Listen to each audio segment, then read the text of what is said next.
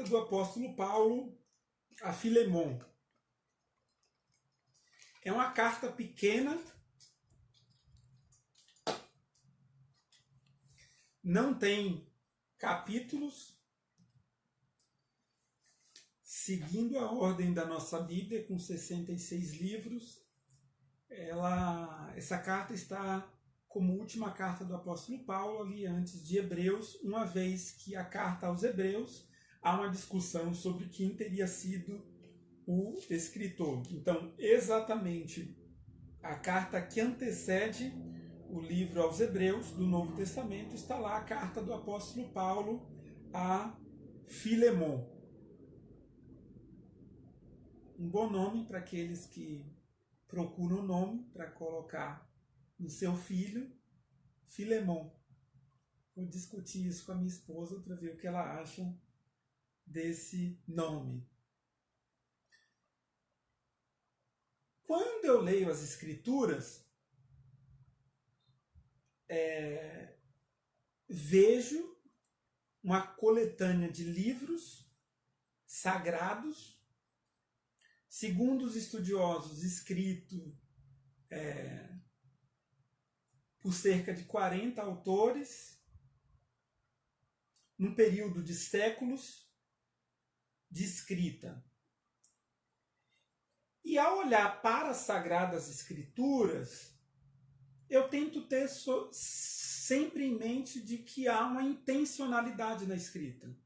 Isto é, autores, homens de Deus, em dado momento histórico, falaram sobre aquilo que Deus estava ministrando a eles, ao seu povo e à sua época. E havia sempre uma intenção nesses escritos. A Bíblia não fala sobre tudo, porque há questões que estão presentes hoje no nosso mundo, na nossa época, nesse tempo delimitado que é o chamado presente, que não eram questões pensando no Novo Testamento do primeiro século, pensando no Antigo Testamento de séculos antes de Cristo. Logo, torna-se necessário, à medida que a gente se aproxima da Bíblia Sagrada, a gente pensar que essa intencionalidade tem uma direção específica para a sua época, mas geralmente aponta também princípios atemporais.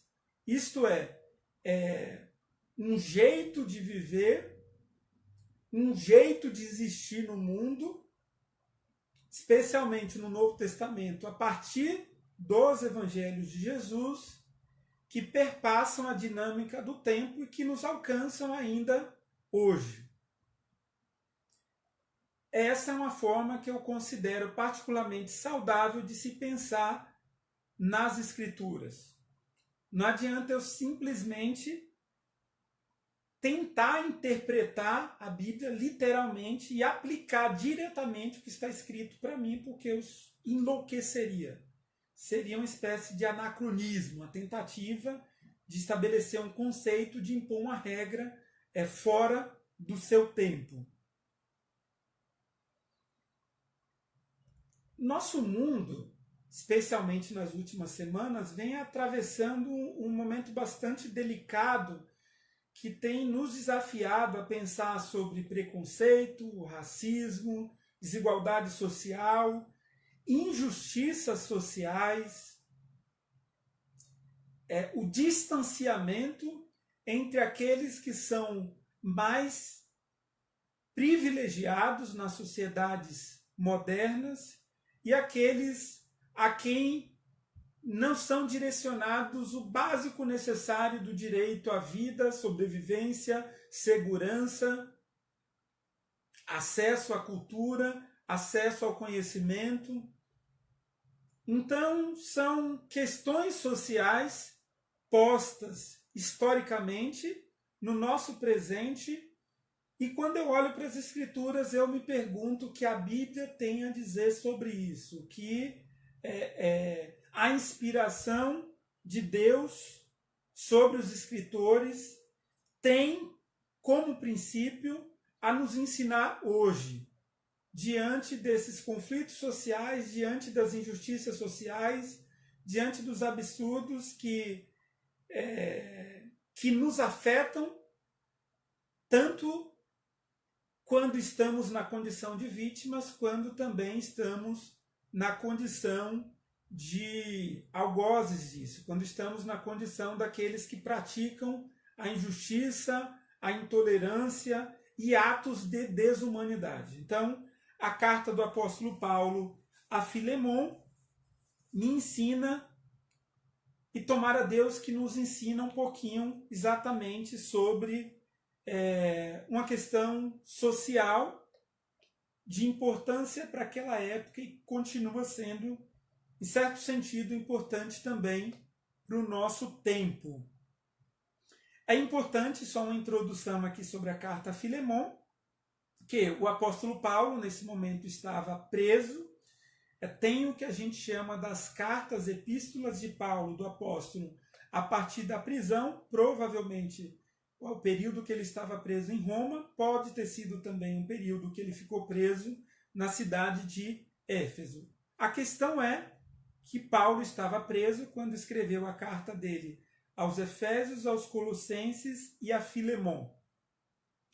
E ele estava preso, e durante esse tempo de prisão, em alguns momentos ele escreveu, nessas 3 cartas que eu mencionei, que o fato de ele estar preso em nenhum momento impossibilitou de que ele continuasse pregando o evangelho de Jesus, o evangelho de salvação, o evangelho de transformação. E enquanto ele pregava esse evangelho, ele conheceu um cara chamado Onésimo. Esse Onésimo era um escravo fugido, e o Onésimo então se aproximou do apóstolo Paulo, ouviu a mensagem anunciada por ele, se converteu a Jesus, experimentou a beleza da transformação do evangelho de Jesus, foi alcançado e experimentou a paz que excede todo entendimento. Mas eu suponho que em algum momento o Onésimo achou por bem, tendo Paulo como seu pastor e pai na fé, de fazer ao apóstolo algumas confissões. E num dado momento o Onésimo disse para Paulo que ele tinha um passado um pouco difícil, de que ele era escravo na cidade de Colossos, escravo de um senhor chamado Filemon, mas que, cansado da vida de escravidão, ele em algum momento, é possível que tenha roubado uma quantia alta do Filemon, seu senhor, seu chefe, seu dono, e ele tinha fugido. Então ele disse para Paulo: olha, estou servindo a Jesus junto com você, estou sendo transformado, mas eu percebo que eu tenho a necessidade de fazer um ato de reparação, de restauração, porque eu sou um fugitivo e eu acho que eu tenho que, de repente, me apresentar àquele que é o meu proprietário, a Filemon, porque eu fugi de lá da casa dele. O apóstolo Paulo, então, conversa com Onésimo e fala: curiosamente, eu conheço o Filemon. O Filemon, ele é o meu brother, ele é um irmão, é um dos chefes da igreja em Colossos, inclusive parte da igreja dos Colossenses se reúne justamente na casa do Filemon, da esposa dele, do filho, e então a gente tem uma amizade. Então faz o seguinte, eu acho que sim, apesar de você estar sendo muito útil ao anúncio do evangelho aqui, durante a minha prisão, eu acho que de fato você tem que fazer esse ato de restauração, de reposição do que foi tomado, então você precisa voltar. Ainda assim, disse Paulo para Onésimo: eu vou sentir a tua falta, mas você realmente precisa se entregar e, de certa forma, pagar pelo fato de você ter fugido do seu senhor Filemon. Paulo diz: só que antes disso eu vou fazer o seguinte, eu vou enviar uma carta de recomendação a Filemon. Na verdade, eu vou fazer 3 cartas. Eu vou mandar uma carta aos Efésios, vou escrever uma segunda carta aos Colossenses e vou escrever uma terceira carta especificamente a Filemon, que vai ser direcionada também Colossenses, mas eu vou escrever direcionado a Filemon e eu vou recomendar você. A partir dessa ideia é que a gente vai ler aqui a carta de Paulo, que foi essa terceira carta, a Filemon. Todos juntos a partir do versículo 1. Eu, Paulo, prisioneiro de Cristo Jesus, escrevo esta carta, junto com nosso irmão Timóteo, a Filemon, nosso amado colaborador. Escrevo também a irmã Áfia, que é a esposa do Filemon, e a Arquipo, que é o filho do Filemon, nosso companheiro na luta, e escrevo também a igreja que se reúne em sua casa. Isto é, a carta foi direcionada a Filemon, chefe da família, a esposa dele, Áfia, ao Arquipo, filho dele, e a igreja que se reunia na casa dele. Paulo, como de costume, vai fazer sua saudação inicial nessa epístola. Que Deus, nosso Pai, e o Senhor Jesus Cristo lhes deem graça e paz. Sempre dou graças a meu Deus por você, Filemon, em minhas orações, pois ouço com frequência de sua fé no Senhor Jesus e de seu amor para todo o povo santo. Oro para que você ponha em prática a comunhão que vem da fé, à medida que entender e experimentar todas as coisas boas que temos em Cristo. Paulo está fazendo um elogio e já dizendo que sempre espera de Filemon que ele coloque em prática a comunhão que vem da fé em Cristo Jesus. Versículo 7. Seu amor, meu irmão, tem me dado muita alegria e conforto, pois sua bondade tem revigorado o coração do povo santo. Eu reconheço o seu trabalho, eu reconheço que você está na missão de Deus e tem feito um trabalho especial de cuidado ao povo da igreja de Colossos. Por isso, ainda que pudesse exigir em Cristo que você faça o que é certo, eu prefiro pedir com base no amor. Eu vou te fazer um pedido. Eu poderia, como apóstolo, dizer que você está obrigado a me atender. Mas eu prefiro pedir com base no amor. Eu, Paulo, eu já velho e agora prisioneiro de Cristo Jesus, ele está dizendo, você, Filemon, conhece a minha história e sabe que, inclusive, eu estou na prisão por conta e por causa do amor ao Evangelho de Jesus. Eu suplico a você, Filemon, versículo 10, que demonstre bondade a meu filho Onésimo, meu filho. Tornei-me pai dele na fé, quando estava aqui na prisão. Onésimo não lhe foi de muita utilidade no passado, mas agora é muito útil para nós dois, para você, Filemon, e também para mim. Eu o envio de volta a você, e com ele vai meu próprio coração. É uma carta carregada de afeto. É a carta mais afetuosa do apóstolo Paulo. A menor e a mais carregada de emoções. Eu envio esse cara, que é o teu escravo fugido, eu envio ele como meu filho. E envio junto com ele parte do meu coração. De tanto que eu amo o Onésimo, esse teu escravo que fugiu. Eu, Paulo, eu gostaria de mantê-lo aqui comigo, enquanto estou preso, por anunciar as boas novas. Assim, ele, Onésimo, me ajudaria em seu lugar. Você está longe de mim. Você já me ajudou muito e você tem feito a obra de Deus. Mas você, Filemon, está longe de mim. O Onésimo não, ele está perto. Então, eu até acho que ele seria mais útil para mim do que para você. Mas aí Paulo fala com toda elegância, com todo o cuidado dele, de forma direta, para Filemon. Mas eu nada quis fazer sem seu consentimento. Meu desejo era que você ajudasse de boa vontade e não por obrigação.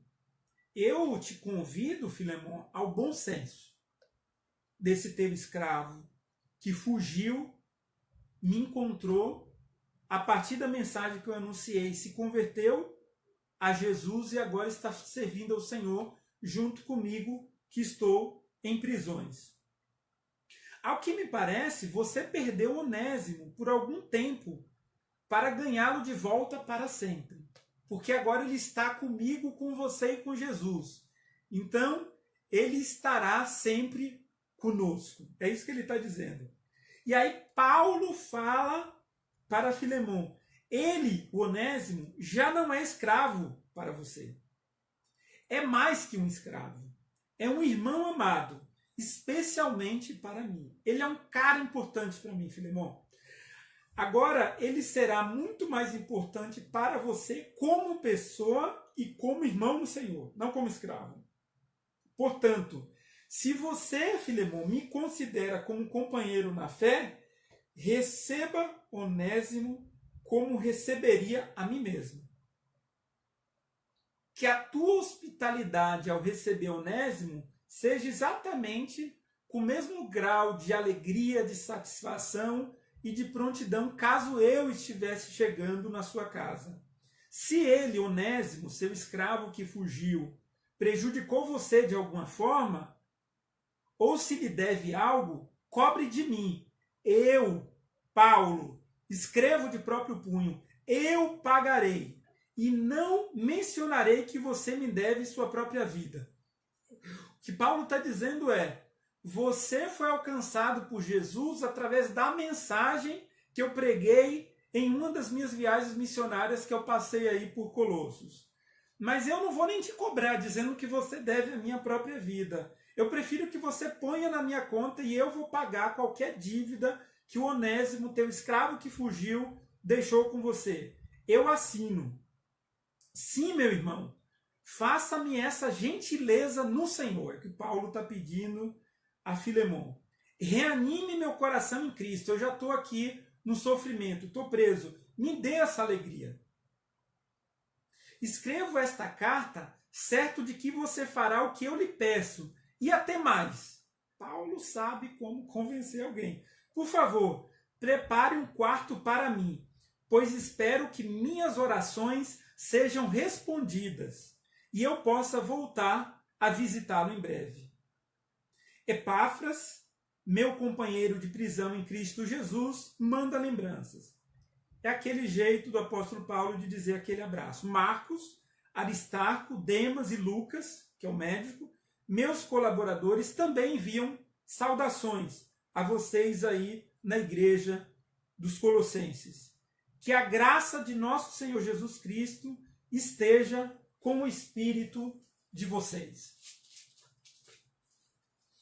Quando eu leio a carta de Paulo a Filemon, eu me pergunto o que o Evangelho de Jesus, o que essa mensagem transformadora do reino de Deus tem a ver com as relações sociais que são estabelecidas no tempo e em uma determinada época. Quais os valores éticos do reino de Deus diante das questões sociais impostas numa realidade concreta? Quando a gente lê essa epístola, é possível perceber ali, inclusive de maneira nominal, a presença de vários personagens. Mas eu quero conversar um pouquinho com vocês, dando aí um foco maior a 3 personagens principais. Um escravo fugido, que é o Onésimo, um senhor de escravo, um cara rico, com suas propriedades e seu grupo de escravos, que é o Filemon, e um apóstolo de Cristo, o apóstolo Paulo. Quem era Onésimo? Reforçando alguma coisa que eu já trouxe aqui enquanto lia esse texto. Onésimo, o próprio nome dele em grego, significa útil, a ideia de utilidade. O que era comum, um escravo ser chamado de útil, de utilidade, de uma finalidade para alguma atividade. Escravo fugido do seu senhor, Filemon. Ao que parece, o Onésimo ele tinha levado algum bem. Os historiadores dizem que possivelmente alguma quantia expressiva de dinheiro do seu senhor antes de fugir. Não sabemos exatamente, e não fica claro, mesmo a partir dos historiadores do primeiro século, o motivo exato que teria levado Onésimo à fuga. a própria escravidão já seria um excelente motivo. Ele conheceu Paulo, como eu comentei, ou em Éfeso, caso a escrita da prisão tenha sido em Éfeso, ou a partir de Roma, onde Paulo foi preso mais de uma vez e lá se converteu a Jesus, foi discipulado pelo apóstolo Paulo e, na verdade, já estava sendo bem útil ali na obra de Deus, na expansão da mensagem do Evangelho de Jesus. E junto com Paulo, ele decidiu que convinha fazer a reparação e a restauração, uma vez que ele tinha fugido e ele estava na ilegalidade da sua fuga. Isto é, ele deveria voltar ao seu senhor, ao seu proprietário. A escravidão, é importante a gente pensar nisso, naquela época foi uma instituição importante na sociedade sob o Império Romano do primeiro século. Então, assim, existia escravidão e era uma das grandes forças na organização daquela sociedade. Existiam muitos escravos, né? O número era tão grande que se dizia sobre alguns escravos que alguns deles nunca tinham conseguido ver o rosto do seu senhor. Isto é, eram donos de tantos escravos ao mesmo tempo que eles não conseguiam acessar seu próprio senhor.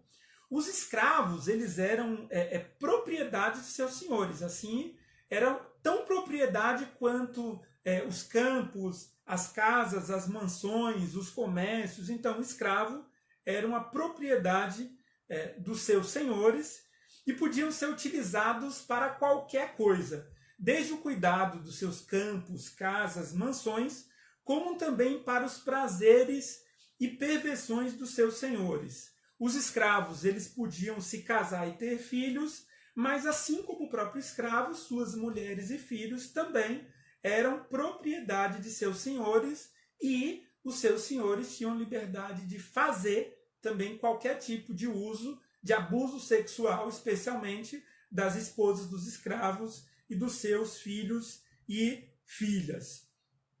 Né? Era uma relação realmente desumana. Por aí a gente já percebe que não faltavam motivos que pudessem ter levado Onésimo à sua fuga.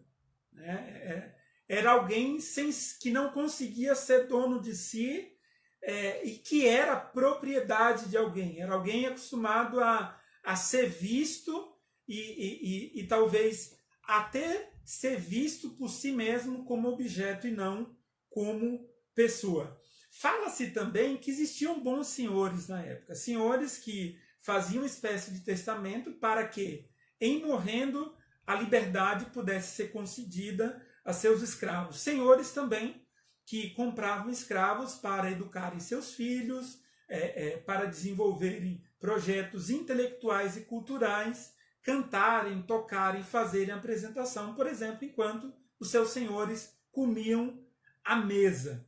Por isso que a gente, quando pensa em escravidão, é uma escravidão com a presença muito forte, inclusive, de intelectuais e de escravos muito bem formados e com habilidades que ficavam plenamente à disposição dos seus senhores.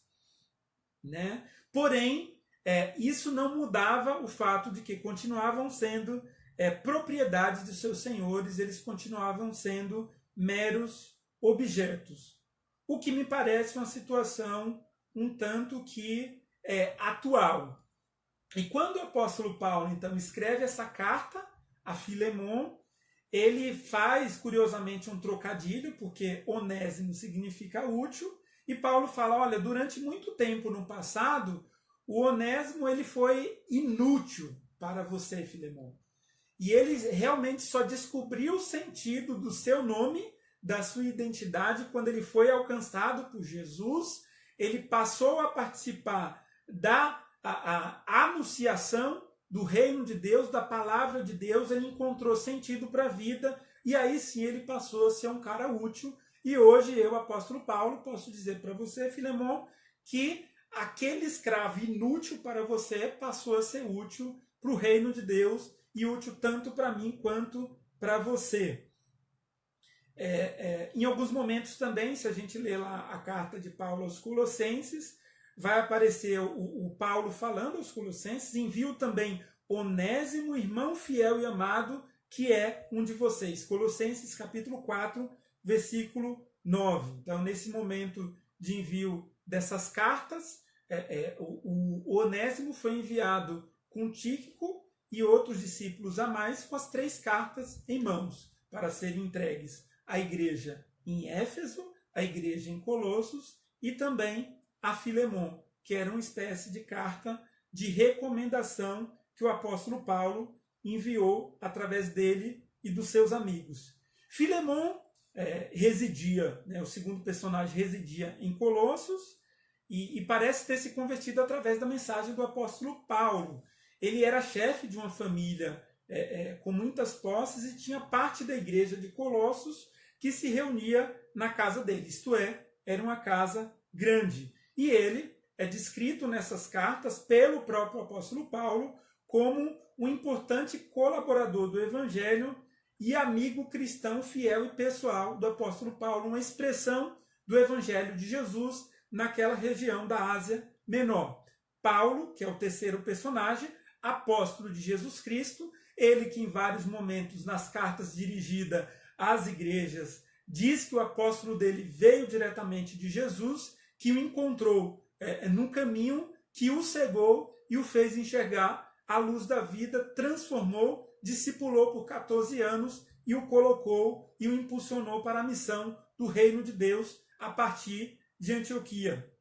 Paulo ele tinha autoridade sobre aquelas igrejas, uma vez que ele fora o missionário, o apóstolo, o enviado que plantou essas igrejas, e isso incluía a autoridade dele sobre a igreja de Colossos.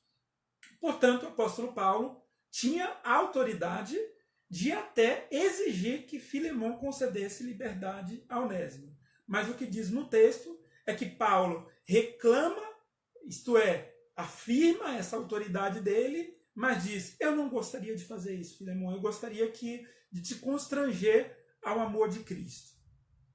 O que Paulo está dizendo é: Filemon, eu sei que há legalidade na escravidão. Há muitas críticas, inclusive ao cristianismo do primeiro século, a partir dessa carta, uma vez que se discute que o apóstolo Paulo não estava preocupado em fazer uma revolução e a combater o sistema social da escravatura. E, de fato, não era a intenção do apóstolo Paulo. No primeiro momento, não era uma questão da época. Esse foi o momento de estabelecimento dessa mensagem, e essa mensagem visava muito a salvação das pessoas, a transformação das pessoas e a transformação social via relações interpessoais e a transformação dessa sociedade a partir da transformação individual das pessoas e dessas relações por meio dos encontros nas comunidades de Jesus. Isto é, o amor de Deus alcançando o coração das pessoas, transformando o coração de homens e mulheres, e isso iria impactar diretamente aquelas questões sociais que ferem qualquer conceito de justiça social e de estabelecimento do reino de Deus no aqui e agora, que no caso deles era ali no primeiro século. Mas o que o apóstolo Paulo estava de alguma forma dizendo para Filemon é que, apesar de ele reconhecer essa estrutura social da escravidão, que o Filemon deveria receber de volta o Onésimo, não pensando nos direitos concedidos ao Filemon, senhor de escravo, que, aliás, em situação de fuga, era permitido ao Filemon, seu senhor, afetado por ter perdido durante um tempo a sua propriedade, que era a vida do próprio escravo, ele poderia açoitá-lo, enfim, cometer as piores barbáries, inclusive condená-lo à morte de cruz, caso esse fosse o desejo do senhor que teve o escravo em fuga. Então, e a lei romana permitia e dava a Filemon, como proprietário dele, essa possibilidade de punição. E o que o apóstolo Paulo está dizendo é: eu não quero que você o receba como escravo. Ele não é só um escravo. Ele é um irmão nosso, ele é um filho de Deus, ele é irmão seu. É como se o Paulo tivesse retomando alguns conceitos de outras cartas, endereçadas também a outras igrejas, inclusive a igreja dos Colossenses, dizendo que todos nós que fomos alcançados por Jesus, nos tornamos via adoção filhos de Deus, filhos e filhas de Deus. E o que Paulo está dizendo é aquilo que ele escreveu também aos Gálatas, capítulo 3, versículo 28, que em Cristo não há homem ou mulher, judeu ou grego, escravo ou livre, todos são um no reino de Deus. Em Jesus, a cruz de Jesus nos tornou um, nos tornou uma unidade. Então o que o apóstolo Paulo está dizendo entendo que você tem direito e pode exercer direito sobre Onésimo, mas eu quero que, em compreendendo o amor de Deus, tendo sido alcançado por Jesus, eu, você, Filemon e Onésimo, que nos tenhamos como irmãos, e não um como senhor e o outro como escravo. Te digo mais, eu entendo que nesse momento o Onésimo é mais útil para mim do que para você. Então, apesar de estar pedindo que você receba o Onésimo com a mesma hospitalidade que iria me receber como um irmão e não como um escravo, mesmo considerando que você pode mantê-lo na escravidão, a verdade é que ele espera mais de você. É o que o apóstolo Paulo estava dizendo. Eu espero mais de você. Inclusive, acredito eu, uma suposição minha. O apóstolo Paulo estava dizendo, eu espero que você o libere para ele voltar e continuar sendo útil para mim. A gente não sabe exatamente os detalhes do fechamento dessa história, mas tem uma cena bonita que acontece, que está escrito lá por volta do ano 100, entre o ano 100 e 110 depois de Cristo, que é uma carta de um pai da igreja, do Inácio, que foi bispo em Antioquia, e nessa carta, o Inácio, bispo de Antioquia, por volta do ano 110 depois de Cristo, cita provavelmente esse Onésimo como sendo o bispo da igreja de Éfeso. Ao que tudo indica, o seu senhor Filemon entendeu isso, de alguma forma, acredito eu, libertou, uma vez que eram dois transformados pelo poder do evangelho de Jesus, e a expressividade, a experiência de ter se convertido e ter sido discipulado pelo apóstolo Paulo foi de tamanho impacto para a vida daquele escravo fugitivo, que ele, 50 anos depois, por volta dos seus 70 anos, já tinha se tornado bispo da igreja de Éfeso, um homem de Deus, anunciando o evangelho de Jesus e, segundo alguns historiadores do primeiro século, também protetor dessas 3 cartas do apóstolo Paulo, até que houvesse o reconhecimento dessas cartas e a validade canônica, isto é, a compreensão da comunidade da cristandade a partir do segundo século de que essas cartas foram inspiradas pelo Espírito Santo de Deus.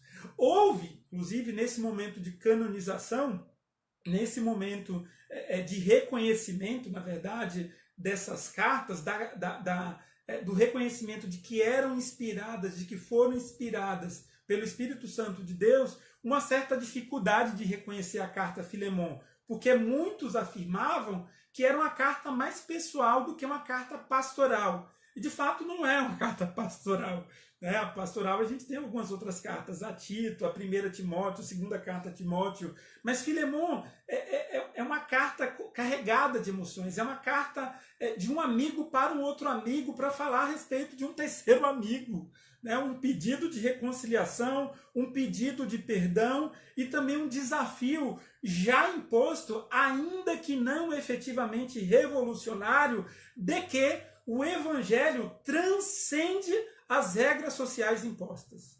De que o evangelho deve ir além dos nossos preconceitos, dos nossos racismos, dos nossos movimentos de desigualdade. E aí, de novo, me faço essa pergunta. O que o evangelho tem a dizer sobre as nossas relações sociais hoje, no século XXI, na cidade de São Paulo ou da sua cidade aí onde você nos acompanha? Então, 2 pontos importantes. Primeiro, é preciso reconhecer que o evangelho ele acontece no tempo e no espaço. Isto é, ele se dá numa realidade histórica, social e cultural. O evangelho e a experiência com Jesus A experiência de transformação não é uma abstração. E insisto, essa galera que fica muito no movimento de espiritualidade, eu e Deus, não está batendo muito bem das ideias. Na verdade, a espiritualidade acontece nas relações.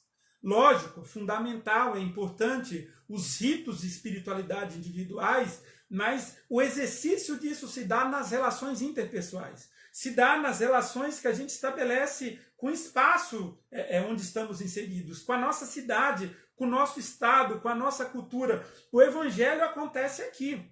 A escravidão, sim, fazia parte daquela sociedade. Era uma instituição da sociedade do primeiro século sob o poder e a determinação do Império Romano. Porém, o encontro com Jesus, e essa foi a defesa do apóstolo Paulo nessa carta, deve nos fazer ir além disso. E, ao mesmo tempo, nos colocar numa situação de combate às estruturas desiguais presentes no nosso entorno. A gente não pode aceitar que a desigualdade aconteça entre nós. A gente não pode admitir que determinada pessoa ou grupo de pessoas sofram por conta de questões de superioridade impostas pelo preconceito, imposta por uma determinação social que é desumana.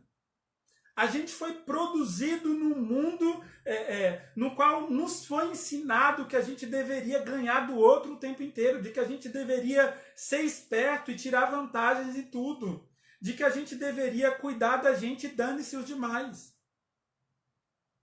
A vivência comunitária é um desafio, o espaço de perdão, de reconciliação, e é o que o apóstolo Paulo estava propondo ao Filemon, isso é muito difícil acontecer no nosso tempo.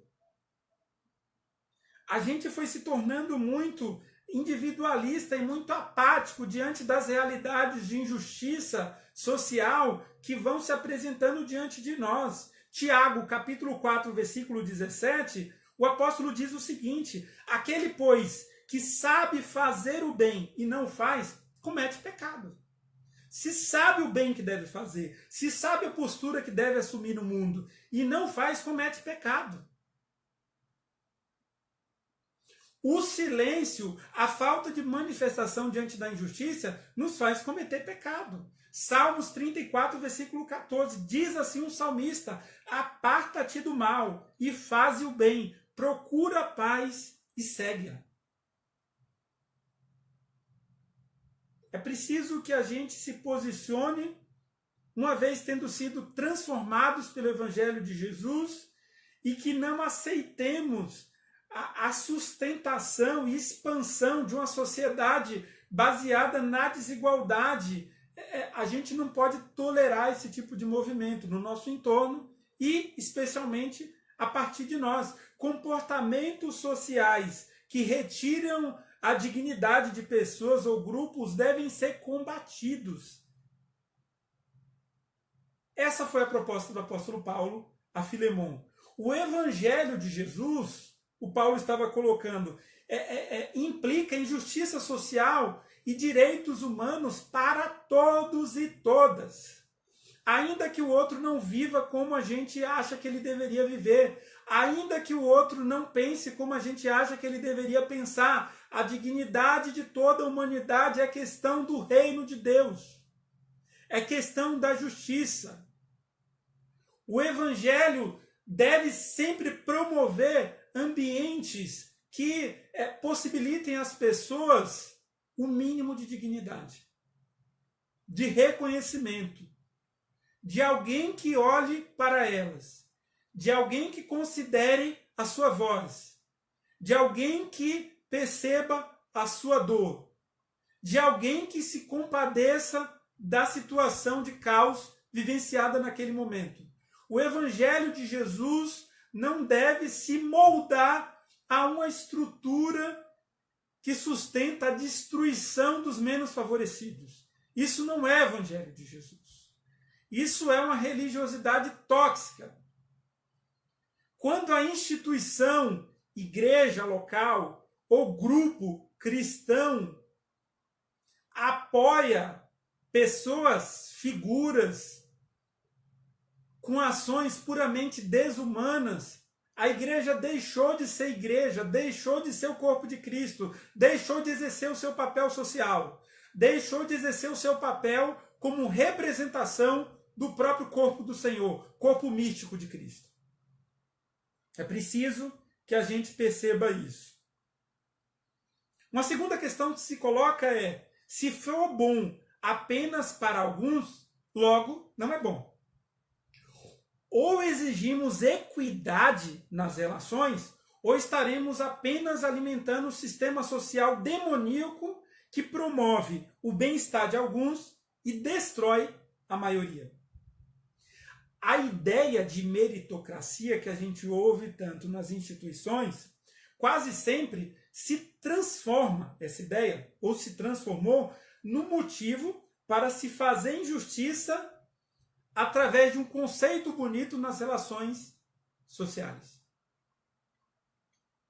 Uma vez, alguém deu um exemplo do que é meritocracia, dizendo da seguinte forma: que determinado grupo de pessoas foi colocado em uma sala, em uma mesa grande de reunião, cada um ficou em um ponto daquela mesa e deram uma bolinha de papel para cada um daqueles que estavam na mesa. Então, tentando aqui no nosso limite de contato pensar na imagem, então pense numa mesa oval e várias pessoas sentadas ali, cada um com uma bolinha de papel e um recipiente de lixo na ponta da mesa. Aí você diz: só serão contratados aqueles que com essa bolinha na mão, do jeito que estão e no ponto que estão, conseguirem acertar essa lixeira. A mesa é oval. A lixeira está em uma ponta da mesa. Quem tem maior probabilidade de acertar? Pensando nessa imagem, aqueles que estão próximos à lixeira. Hipoteticamente, quem está do meio da mesa oval para trás não vai conseguir dificilmente acertar. Talvez não consiga nem enxergar essa lixeira. E aí a pessoa diz: não, o processo seletivo foi feito tendo em vista a meritocracia. Todos estavam igualmente sentados e todos estavam igualmente com a ferramenta necessária para acertar, que foi a bolinha de papel. Mas não se levou em conta de que a distância entre a pessoa com a bolinha de papel e a lixeira era diferente para cada um. Certamente, quem estava mais na frente, quanto mais próximo à lixeira, maior a possibilidade de acerto e maior o privilégio daquela pessoa dentro daquela prova que foi passada a todos que estavam na mesa. Então, nessas condições, dar a bolinha para cada um nessa mesa oval não é meritocracia. Não é meritocracia. Deixa eu voltar no Instagram, porque ele parou. Me deem só um minuto, tá? Ele parou. Deixa eu só voltar para o Instagram.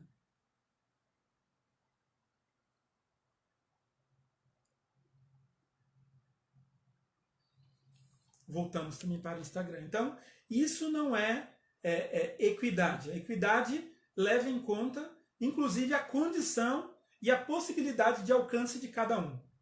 E não simplesmente essa falsa ideia de igualdade chamada meritocracia. E isso o próprio Cristo nos ensinou muito, e o conceito dele também de justiça, quando naquela parábola o Senhor das Terras foi chamando várias equipes de trabalho ao longo do dia.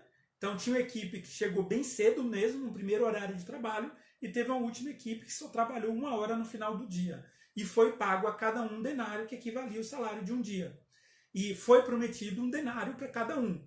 Mas aqueles que chegaram por último ficaram surpresos, porque trabalharam pouco e ganharam o mesmo denário, e aqueles primeiros se sentiram revoltados. Foi quando o Senhor, que havia feito a contratação, disse para eles: o que eu te prometi é 1 denário, o que eu estou te dando 1 denário. Então, não há injustiça nisso. Quer dizer, é preciso a gente entender que há diferenças, inclusive, de oportunidade, de possibilidades que devem ser revistas para que haja minimamente um conceito de equidade e de que todos tenham a mesma oportunidade de expansão, de dignidade humana e de prosperidade. Então, o que Paulo está nos ensinando através dessa carta a Filemon é de que os valores do reino de Deus devem ser sempre superiores aos valores sociais, quando estes aqui, os valores sociais, tentam combater exatamente aquilo que é estabelecido na mensagem de Jesus e no reino de Deus. Então, em Jesus, a gente pode afirmar que nós estamos sendo transformados, nós já fomos transformados, estamos sendo transformados em um novo tipo de ser humano. Com um novo coração, com uma nova mente, com novos valores e uma nova experiência de justiça. O que o apóstolo Paulo está dizendo para a gente é que uma vez que recebemos Jesus, o nosso lugar, primeiro, deve ser sempre o lugar de filhos de Deus. Não necessariamente o lugar do Senhor, não o lugar do patrão que tem escravo, não o lugar daquele que tem possibilidade de maltratar o outro, amparado por uma lei histórica, mas não. Os nossos valores devem ser cheios, encharcados pelos valores que são os valores do reino de Deus. Os nossos atos devem ser atos daqueles que já foram transformados por Jesus. A nossa vida e a nossa experiência de existência deve ser uma experiência que nos faça lembrar de quem foi Jesus, de que faça com que o mundo, de que a vida, de que aqueles que estão no nosso entorno percebam que alguma coisa aconteceu conosco, que alguma experiência que transcende ao aqui e agora, ao sistema social, às desigualdades sociais, ao que está imposto no presente, que alguma coisa aconteceu conosco, de que algum tipo diferente de humanidade está sendo experienciada por aqueles e aquelas que tiveram o encontro com Jesus. A carta do Paulo a Filemon é uma carta carregada de emoção, carregada de respeito, carregada de reconhecimento. É um pedido de um amigo, é o pedido de um pastor, é o pedido de um apóstolo, é um pedido daquele que já teve experiência com Jesus, é um pedido daquele que, estando preso, solicita a liberdade de um outro. Aquele que não está preocupado com a sua prisão, mas que está preocupado com a prisão do seu filho na fé. O apóstolo Paulo vai nos ensinando que o nosso olhar deve estar, antes de tudo, no Evangelho. Antes de tudo, na mensagem de transformação de Jesus. Os critérios que nos levam a tomar decisões relacionais e tantas decisões que nos são importantes devem ser critérios norteados pelas Escrituras, pelas experiências daqueles que viram Jesus, estiveram com o Senhor, foram perdoados por Ele, foram sarados por Ele. É como se o apóstolo Paulo estivesse dizendo para o Filemon: o Onésimo tem uma possibilidade de, além de ter sido liberto por Jesus, ser liberto também por você. Ser liberto também por um filho de Deus. Quem sabe isso não estenda para o Onésimo o conceito de liberdade. Quem sabe a liberdade que você vai dar para ele faça com que ele tenha experiência da materialidade dessa liberdade que ele teve no quesito de espiritualidade. Em Jesus, nós somos livres. Mas não livres para a desumanidade, mas livres para que vivamos em amor. Na carta do apóstolo João, no Evangelho de João, capítulo 17, Jesus faz uma oração e, entre as várias maneiras possíveis que ele poderia orientar os seus discípulos para que eles anunciassem o Evangelho, Jesus ora ao Pai e diz: Senhor, que esses meus discípulos, que esses que que estiveram comigo, que esses que conhecem a nossa palavra, que esses aqui, meus discípulos, esse povo que sabe que eu vim do Pai, que eles vivam em união, que eles sejam um, porque se eles forem um, o mundo vai saber que o Senhor me enviou. O mundo vai saber que alguma coisa milagrosa está acontecendo. É preciso que essa liberdade em amor enche o nosso coração, todos os dias. Que essa liberdade em amor nos faça, às vezes, nos entristecer com dores que não são nossas. Nos comover com situações que não nos afetam, mas que afetam, que magoam, que ferem tantas outras pessoas, homens e mulheres, colocados em situação de escravidão moderna, subjugação, abuso, violência, ameaças, que o nosso coração aprenda a se repartir. Que as prisões daqueles que estão no nosso entorno sejam motivos suficientes para mobilizar o nosso coração à intercessão, à intervenção e, quem sabe, à revolução. Que Deus em Cristo Jesus nos dê consciência para que sejamos uma igreja militante, que marcha contra toda injustiça, que marcha reclamando e exigindo valores a todos os homens, a todas as mulheres.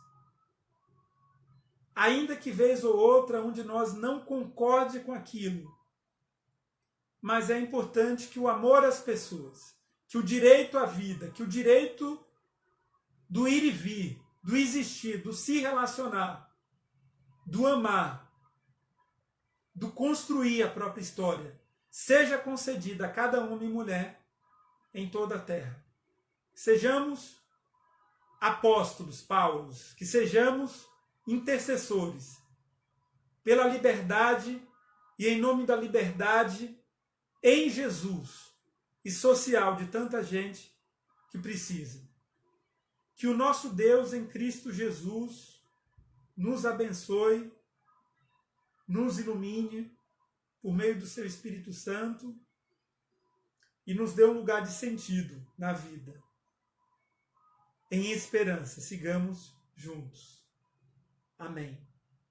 Amém. Deus abençoe vocês, tenham uma excelente semana. Próxima terça-feira, às 20 horas, estaremos juntos lá via Skype, num tempo de conversa e oração. Tem sido um tempo especial para muitos de nós, graças a Deus. Por isso, tem sido um tempo de clamor, de acompanhamento, de pastoreio mútuo. Esteja conosco, nos mande uma mensagem, a gente envia para vocês o link e estamos à disposição. Oremos uns pelos outros. Que o amor de Deus, que a graça de Jesus e as maravilhosas consolações do Espírito Santo estejam conosco, com todos nós, hoje, todos os dias, e como foi promessa de Jesus e continua sendo para todo sempre. Amém e amém. Boa semana. Tchau, tchau.